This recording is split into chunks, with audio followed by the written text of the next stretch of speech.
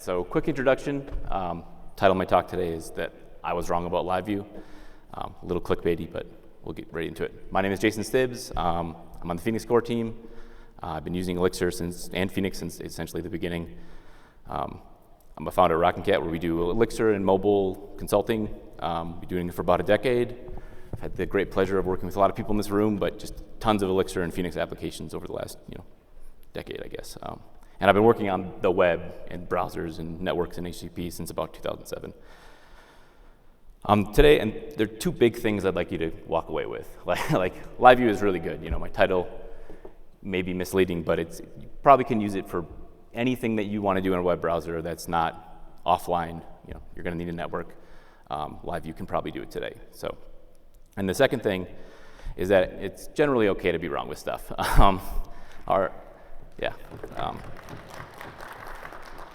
I think our industry is simultaneously really nostalgic about the good old days when everything was simple and you could put it all in your head, and also really certain that this new tool or process or task is going to solve all of our problems. And someone somewhere right now is online declaring that everyone else is doing it wrong, and if you just do it their way, it's going to solve all of your problems. And this talk is an attempt to push back against that a little bit, and maybe hopefully give other people in the audience and yourself a little bit of confidence to do the same, maybe publicly or privately. And a little disclaimer: I will be wrong today.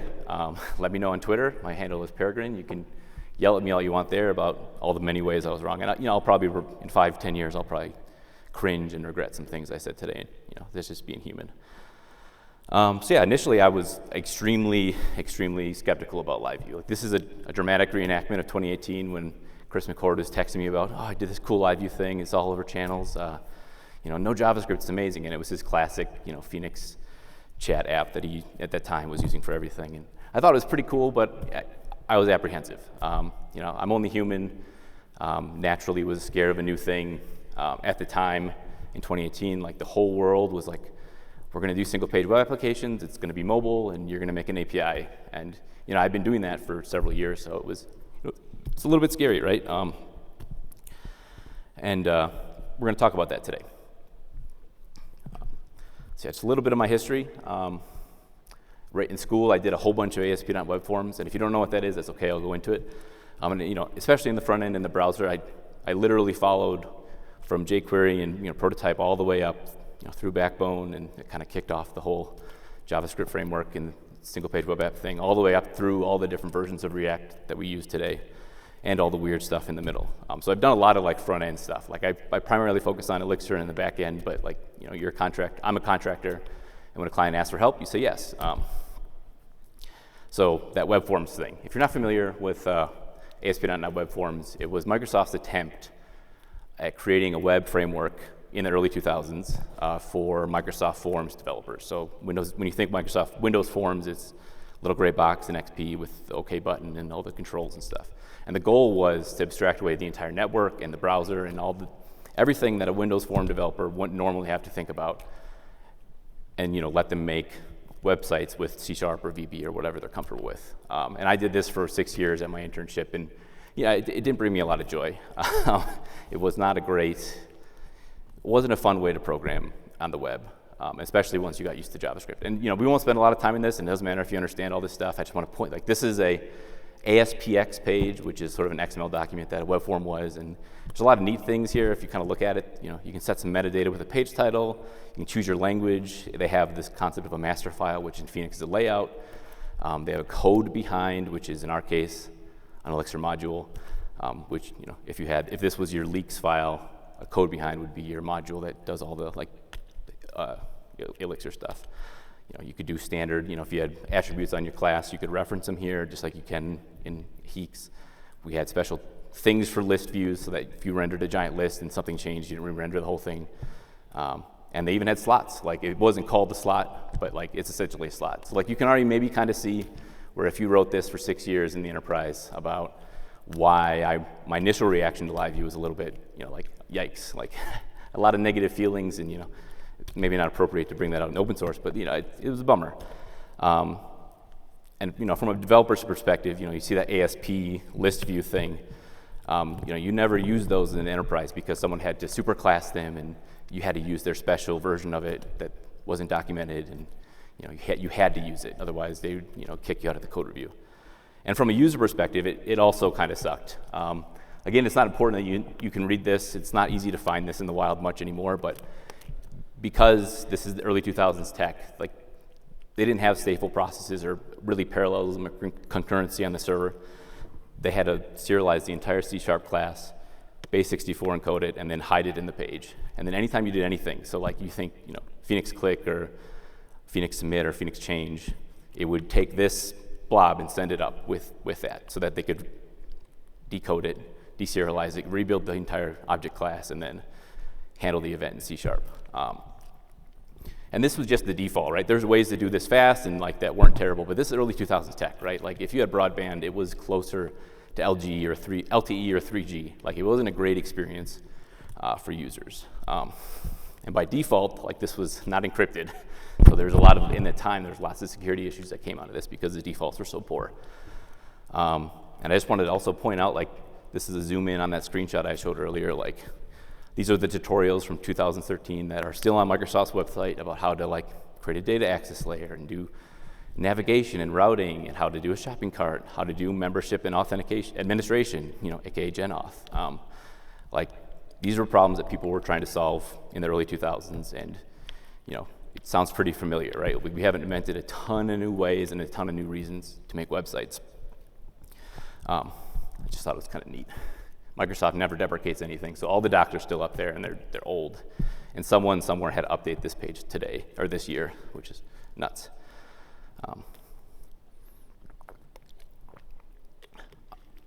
Yeah, so like the context here is early 2000s tech, right? No concurrency, basically no parallelism state. Like you couldn't even really get processors with more than 1 or 2 cores. In the early 2000s, you could maybe get Duo, whatever. The developer experience sucked. The user experience was rough, like unless you really were careful and did a lot of things right. But then you really had to understand HTTP and the network and what you were doing, which wasn't the purpose of web forms. And to Microsoft's credit, like they wrote in early 2000s, before debuggers and console.log even, like they wrote a ton of custom JavaScript for you. So you could do really complex, like interactive stuff without ever writing JavaScript because they wrote it for you. But the alternative is the only way you had access to this back then in the early 2000s was through an MSDN license, which was $10,000 per seat. And if there's a bug, good luck. like maybe you could get a meeting with engineers and figure it out. Like it's way different than today. And web forms wasn't the first. Someone was replying to Chris McCord's tweets with all the different ways that you could do LiveView in the good old days. Interbuilders, like a Borland thing that they designed for intranets, and Apache Wicket and ZK you can still use today. Like it's just a testament that projects never die. Like once someone deploys it to production, it will be somewhere living somehow. But yeah, Apache Wicket and ZK are very similar models to what we do. They don't use WebSockets, or they might. And then I have to point out Nitrogen. It's like an Erlang version of this. It's written by Jesse Gum. It's a very similar model to LiveView. It does a lot of stuff, and Jesse's a wonderful person, so you should check it out if you're interested. Eventually I left the .NET world and the web forms world, and I got, into the server and making APIs in Ruby and Elixir and Phoenix, and as a consultant, I got pretty excited about JSON API. And if you're not familiar with JSON API, it's a standardized way of doing RESTful response and requests. It tells you how to do puts and gets, and it shows you what your JSON object should look like and what shape it should be.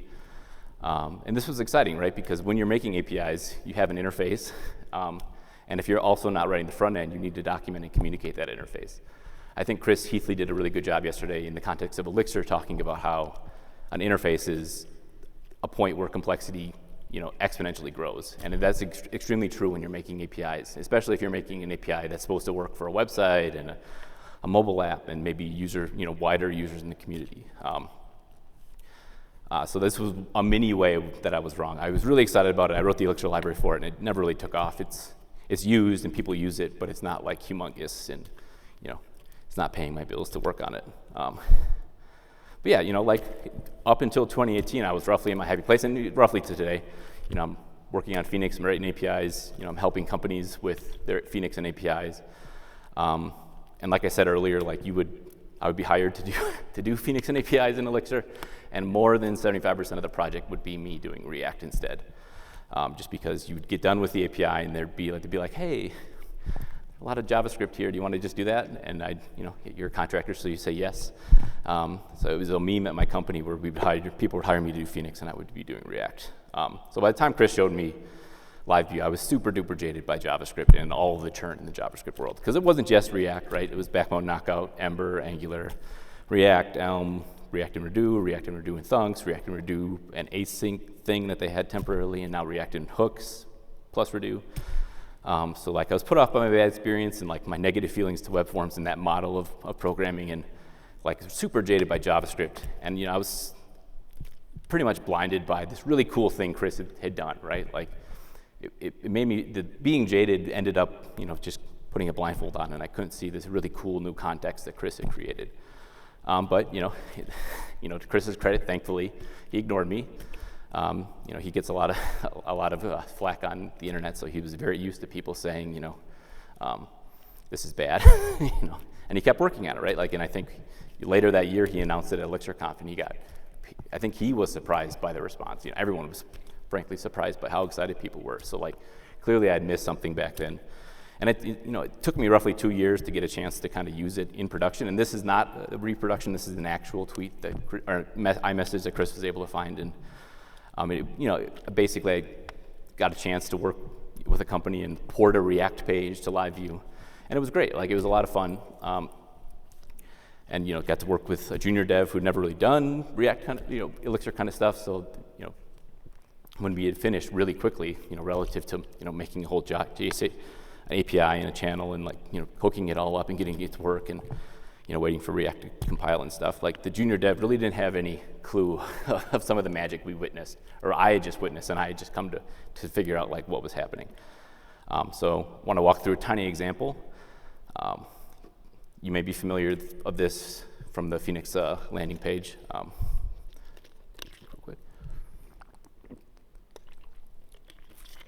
This is the tweet demo where it just loads up some tweets in a list, with LiveView, and it's a good demo for showing off LiveView. But I kind of want to walk through the React codes and show where some of the really amazing things that blew my mind as we wrote it, right? So first thing you're going to do is make a tweet channel, because you're going to need a way to communicate with React, and channels are how we do it in Phoenix. Pretty bog standard channel. Join the Elixir Phoenix channel, you subscribe to some sort of pub sub for those tweets, and when a tweet comes in, you broadcast it to everyone, and your React code or your front-end code presumably is here waiting for it, listening to it, and does something. And I want to point out one small thing that is maybe an error on our part in Phoenix. We don't do a great job of this, but what is the shape of this tweet? In all of our guides and docs, we kind of just say, we send the tweet down this channel, and we don't really talk about do we need to serialize this? How big is a tweet? According to the Twitter documentation, this is one tweet that you can expect to get from the fire hose. Obviously not minimized or gzipped. It's 19 kilobytes, so you do something with it. But this, even though it's a channel and it's relatively simple API, relatively simple surface area, we still need to talk about what is the protocol, what is the shape of our tweet? Is the front end expecting JSON API? Is it expecting a GraphQL shape? If we're using Elm, the JSON parser is going to need to know all the fields before it can parse something. This, this is a point in our API we are forced to document something, right? If we're not writing the front end, we have to communicate somehow to a front end developer or a mobile developer or a customer, this is how you interact with our channel. And that has a pretty big cost, right? Because communication is lossy, right? Just moving on, I just grabbed an example from Google at the top, how to use Phoenix channels with React hooks and stuff. Pretty standard React component. It's got a channel that it joins to. It's got some tweet state. whenever you get a new tweet, you append it to the list and then you re-render. Pretty standard, relatively nice API. I'd say like React is overall pretty decent to work with. And I promise this wasn't on purpose, but when I created this slide and then I ran through my practice slides, I noticed several bugs. So I just kept them. So first thing is like, we don't send the new tweet event, right? Like I was the one who wrote both sides of this code, and like I forgot that it was tweet and not new tweet. And it, if you put yourself in the shoes of someone who maybe isn't familiar with Elixir and Phoenix, like they're not going to know where in the Elixir Phoenix code base to like find like what am I sending down. And because of, this is in the browser, this is going to work, this will compile and run, but it just won't do anything, right? So until they realize that, oh shoot, I should put tweet here instead of new tweet. And there's more mistakes, like it's not really the tweets channel, it's the Elixir Phoenix channel. And I also have just a straight up syntax error. So, my JavaScript is maybe rusty, but like it's just like I want to highlight that the communication, even in my own brain, right? Like once I change context to JavaScript, like my brain is now operating differently, and I basically forget everything that I did in Elixir. And that that's the case when talking to any human or communicating with any human. And like again, like we're not worried about marshalling the JSON or like deserializing the JSON or handling it here. Like that was in the real world, that's things you need to do. And that's something we could maybe do better in the docs to like guide people to a better process. But yeah, one more bug. And then the LiveView example is, this is right from the website as well, where it's just a single page, and it's all the things like, you got your render, and then I moved it into timeline to HTML, and you have your mount, you subscribe to Elixir Phoenix, and whenever you get a new tweet, you append to your socket and your signs. Like, and this is probably old hat for a lot of people who are already kind of, especially in 2020, you're probably already like, this is great, LiveView is great. But, for me, this was mind-blowing because all the stuff we just talked about marshalling and communication and documentation, like you don't have to do that. We don't even have to think about it, right? And if you think about the JavaScript side of things, like we're not thinking, with LiveView, we're not thinking about how we're going to bundle it, which is it's a pot shot, admittedly. We're not thinking about Node and NPM and Yarn or Bun or ESBuild or whatever the newest thing is that we're supposed to use. We're not thinking about channels and sockets or protocols. We're not thinking of deserialization and serialization. We're not thinking about documentation. And like this all adds up to like basically we're going from a bunch of mental overhead to zero. And all these things are happening. All the things I just listed off, Phoenix is doing. And if you really think about Phoenix, like conceptually, it's a single page web app that Chris wrote, and he decided that this is the channel protocol, and this is the channel serialization and deserialization, and this is how we're going to bundle it, and this is how you work with HTML and CSS. And it is a single page web app, but all the decisions are made for you, and that's amazing, right? Like that's really mind blowing. And in 2020, like I was like, wow, we can really do a lot of stuff with this. Like we can do admin panels, and we can do just like the Phoenix landing pages, where it's a dead page with one sort of interactive piece. In that time, Chris was full like LiveView, all the things, and I wasn't there yet still. But over the last 2 years, there's been some pretty big changes and pretty important things that have changed. And credit where credit is due. Surface UI really changed the conversation around LiveView. Marlis and team really created a vision of what LiveView could be, heavily inspired by React. And he joined the Phoenix core team, and the rest is history, right? Like Phoenix today is like night and day better than what we were writing in 2020. And just want to highlight a couple things. Like before Phoenix LiveView, like this is how you did shared HTML if you did a dead page. It's basically a Rails style partial. But like this, I can tell you this function brings nobody any joy because like it's a lot to remember. What is the page view? Like where is that in my folder structure? Like what is test.html? Where is that in my folder structure? If you pass in a sign that it's not expecting, it'll just take it. If you don't pass in any assigns, it'll just blow up. And even with this, like up until Heeks and the Heeks changes, like we were really just concatenating a bunch of strings in HTML. And if you made the strings wrong or incorrectly or they weren't valid HTML, you would not know until the browser happens. And here, even, like there's no reason we couldn't do function style components like Heeks, going all the way back to the first version of Phoenix. This is from Phoenix.html for the submit button.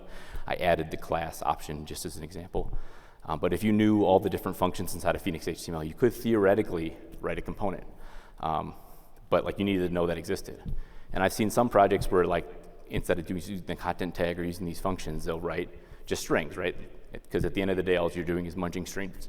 But with Heeks, like here's some newer features. Like this is another example pulled right from LiveBeats, Chris's project, example project on GitHub, where you can define attributes and their type, and if you don't pass it, it'll error. Chris is going to talk about all this more in depth in his talk later tonight, and you've probably already seen it if you're on Twitter. But just want to point out a couple things, like this button is just a function. The Heeks is just a sigil that also validates HTML, which is pretty cool, right? Like credit to React for showing the world that, like if you really think about what React did that was important, is that they did JSX. And at first everyone hated it. They're like, what the heck is this HTML doing to my JavaScript? But they showed the world that you can parse HTML, a subset of HTML, and get huge benefits. Like if you were going to take a Tailwind UI component or a Bulma component or whatever, JavaScript or CSS frameworks or even Bootstrap component off of their website and copy and paste it into this, you couldn't, right? You'd have to somehow work it into the button functions and stuff. But with this, you can just take HTML from the internet, throw it in Heeks with the classes intact and all the attributes intact, and just get it for free. And if you do it wrong or you make a mistake, Heeks will yell at you at compile time. You don't have to wait until your browser, renders the box wrong or something, right? It still kind of blows my mind that the browsers don't do more HTML validation for you. They're doing it. They're just not telling you when you do something really wrong or really incorrectly. But and it all came to a head earlier this year when I was given a project for a mostly static site, a whole bunch of content pages. So my plan was just to do mostly dead pages and then one or two site pages that had like an interactive chat and in LiveView. This is going to be my experiment in doing some parts in LiveView and some parts as a dead site.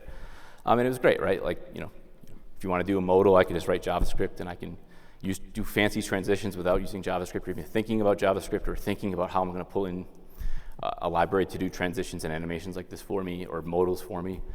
And I literally just pulled this code from LiveBeats and put it in my code and reused it. It's great. And I finished the dynamic parts relatively quickly. LiveView is pretty productive, so like you can really get stuff going once you get started. But like as I started working on the content pages, I started to realize that like these content pages aren't that dead, right? They have modals, they have drop downs, they have various things that are only JavaScript. You don't really need to call back to the server. But like I didn't want to rewrite all my code, right? So all of my dead pages started looking exactly like this. You'd mount, you'd load up the thing, and then you'd render, and then you never do anything else with the page.